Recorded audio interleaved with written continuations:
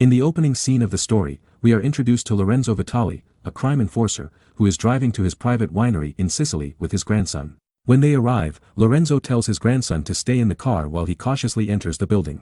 To his horror, he discovers that many of his henchmen have been brutally murdered. As he goes down to the basement, he finds Robert McCall, a retired U.S. Marine and DIA operative, being held at gunpoint by two of Lorenzo's bodyguards. They question why Robert is there, and he explains that Lorenzo has something he shouldn't possess. After a short conversation, Robert kills the remaining henchman and Lorenzo. On his way out, he sees Lorenzo's grandson in the car and tells him to stay still. However, as Robert approaches his own car, the boy shoots him in the back and quickly escapes. Despite being injured, Robert manages to get on a ferry back to the mainland. Later that night, while driving on the Amalfi Coast, Robert pulls over and loses consciousness due to his gunshot wound. After some time, a local police officer named Gio Benucci discovers him in this state and decides to assist him. Gio brings Robert to a secluded coastal town in Altomonte, where a doctor named Enzo treats his injuries. When Robert wakes up, Enzo informs him that Gio saved his life. Robert is curious about the character of the man Gio rescued, but he doesn't have an answer. When he tries to return home, Enzo steps in and insists that he needs time to recover from his injury, offering him a place to stay. Enzo takes care of Robert and, after 3 days, he is able to walk with the help of a cane. One day, he decides to explore the town, keeping a low profile to avoid the police. He ends up at a local cafe where he meets the owner, Amina, who serves him coffee despite his order of tea. Gio later joins them at the cafe with his daughter Gabby, and hands over Robert's car keys, mentioning that he hasn't checked his bags yet. Gio also reveals that he has parked Robert's car behind the station and he can retrieve it whenever he feels better. Later, Robert makes an anonymous call to the CIA Financial Operations Group and tells Agent Emma Collins about the winery in Sicily, which is involved in the illegal drug trade under the guise of legitimate business transactions. After sharing this information, he disables the phone. Emma relays the information to other CIA operatives, and Robert spends the next few days getting to know the locals in the town. Amidst the tumult, Robert also becomes aware of the Camorra, a powerful Italian mafia gang that terrorizes the townspeople and demands regular payments. One day, he witnesses a local seafood vendor named Angelo being brutally beaten by Marco Quaranta, a high-ranking member of the Camorra. Before leaving, Marco threatens to return next week to collect the money. The gangsters then head to a large building where Vincent Quaranta, the leader of the Camorra and Marco's brother, is trying to forcibly evict the premises. It turns out that the Camorra is planning to commercialize the town by building new hotels, resorts, and casinos. In one of the building rooms, an elderly man in a wheelchair refuses to comply with the Camorra's demands, and the gang members brutally hang him from a window, leaving him to die. Meanwhile, Robert and Enzo enjoy a pleasant dinner conversation, and Robert offers to help Enzo with his daily errands.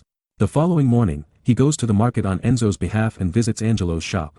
The kind-hearted Angelo refuses to accept payment for the groceries, stating that it's his honor that Enzo's friend has come to his shop for the first time. Meanwhile, Emma and other CIA operatives, acting on Robert's tip-off, arrive at the winery to conduct their investigation. There, they uncover millions in cash and bags full of illegal narcotics hidden in a storeroom. Emma and Frank were astonished that these matters had escaped their attention, and thus, they decided to investigate further. On a wet day, Enzo was examining Robert's injury when the latter questioned him about why he had not involved the authorities. Enzo recalled his initial inquiry about being a good or bad person and how Robert was left speechless. He inferred that his silence signified him being a good person. The following evening, Robert prepared to leave town but was interrupted by a bell. He noticed the townspeople rushing towards Angelo's shop, prompting him to follow. It turned out that Marco and his gang had set fire to Angelo's shop due to his failure to make payments. The townspeople were helpless spectators. Later, Robert, along with some locals, assisted Angelo in cleaning up the mess. Meanwhile, Gio reviewed footage of the firebombing and contacted the Italian Central Police to inquire about a van seen near Angelo's shop. Amidst this, Robert gradually recovered, became an integral part of the community, and deepened his bond with Amina. He also familiarized himself with the local cuisine of Altomonte, eventually adapting to the town. Consequently, the Camorra's interference and influence in Altomonte troubled him more than he had anticipated. On a typical day, Robert is enjoying his coffee at Amina's cafe when he notices Emma attempting to take his photo without his knowledge. He approaches her and suggests a better angle for the photo, prompting Emma to inquire about his knowledge of the winery's genuine business. Robert responds with vague answers and advises her to focus on her work. As she leaves, she addresses him by his name, which catches him off guard. Later that day, Gio goes to pick up his daughter from school, but receives a call informing him that she was picked up earlier than usual. Concerned, Gio rushes home to find his family held captive by the Camorra gang, and Marco beats him up in front of his family as punishment for interfering in their operations. The gang threatens to harm his family if he intervenes again. In the evening, Robert notices Gio leaving Enzo's office with visible injuries on his face and asks about the matter. Enzo explains that such incidents are common in towns due to the Camorra, likening the issue to cancer with no cure. The following day, Robert visits the church where he meets with Emma again. She reveals that Lorenzo Vitali has been on Interpol's most wanted list for 10 years and that his operations were quite extensive. Curious about why he chose her for the anonymous tip, Emma questions his motives. However, Robert deflects the question by suggesting that she should focus on why Sicily is being targeted for these smuggling activities. Promising to uncover the answer soon, Emma expresses her hope to have her original question answered in their next meeting. That evening, Gio and his family are having dinner at a restaurant when Marco and his associates disrupt their quality time. Marco demands that Gio assist them in setting up a boat for their private business venture. Robert, who is also dining at the restaurant, overhears their conversation and requests that they leave the family alone.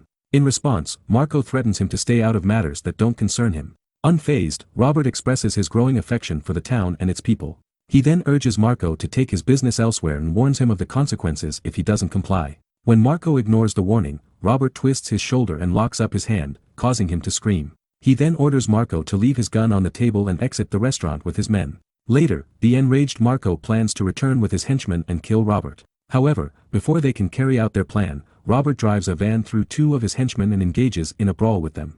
At a pivotal moment, Marco brandishes a knife and threatens to end Robert's life, but Robert quickly turns the tables by twisting Marco's hand and plunging the knife into his neck, resulting in his demise. The following day, Frank contacts Emma from Rome to inform her about the latest bombing at a train station, which is revealed to be connected to a similar act of terrorism funded by the Camorra. This leads Emma to suspect that the criminal organization is financing terrorism by smuggling drugs into Sicily, with Naples serving as the primary transit point. Determined to uncover the entire operation, Emma begins interviewing key members of the Camorra and requests assistance from the head of Naples's police. Later, the police chief attends Marco's funeral at Vincent's mansion, where he informs Vincent about Emma's investigation. Vincent, still grieving his brother's death, becomes enraged and slices off the chief's hand. He then threatens the chief to find out who was behind Marco's death and sends him to the hospital with his severed hand preserved in an ice bucket. Meanwhile, Emma receives a call informing her about the police chief's situation, and shortly after, Robert contacts her to reveal the Camorra's involvement in the drug cartel, which is closely linked to the earlier station attack. By pure chance, Robert's phone call inadvertently saves Emma's life, preventing her from becoming a victim of Vincent's planned bomb attack on her vehicle. Emma is immediately rushed to the hospital for urgent medical attention. While there, she encounters Frank and informs him about the Camorra. After learning all the details, Frank assures her that he will handle the remaining operation. Later that evening, Vincent takes Gio and his family hostage and threatens to shoot them in front of the entire town unless his brother's killer shows up. When Vincent receives no information, he shoots Joe's ear and warns that he will kill him with his next shot. At that moment, Robert reveals himself to Vincent and pleads with him to release the captives. He admits that he is willing to be taken away and tortured, but not in front of the townspeople. However, Vincent, just as arrogant as his brother, refuses, insisting that the locals must witness the consequences for the Camorra. Before Vincent can execute him, the townspeople start recording the scene, causing the gangsters to retreat. Later that night, Robert infiltrates Vincent's residence and silently eliminates his bodyguards one by one. As Vincent sleeps, he is startled by a drop of blood landing on his forehead. Suddenly, the glass above him shatters, but he narrowly escapes. He grabs his gun and attempts to contact his now-deceased gang members. Shortly after, Robert approaches him and coerces him into consuming a lethal dose of his own drugs. Vincent tries to flee from his mansion, but Robert pursues him relentlessly. Eventually, the gangster collapses on the cobblestone road of Naples, succumbing to a fatal drug overdose. The following day, Robert makes a visit to Emma at the hospital, where she expresses her gratitude for saving her life. He places a bag of money on the ground and proceeds to tell her the story of a man named Greg Dyer, who had his pension stolen in a cyber attack. This revelation leads Emma to understand that Robert had followed the trail of the attack to the winery, eliminated Lorenzo and his cronies, and retrieved the exact amount of money that was owed to Greg. Intrigued, Emma asks if Robert and Dyer are friends, to which he clarifies that they have only met once. In the next scene, Emma travels to Boston to deliver the lifelong earnings to Greg and his wife. Greg inquires about the identity of the generous benefactor and wonders why someone would go to such great lengths for a stranger. However, Emma admits that she would also love to know the reason.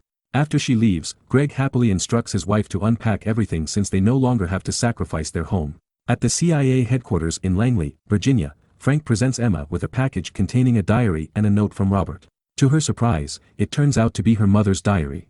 As she connects the dots, Emma discovers that Robert is actually a friend of her parents from the CIA.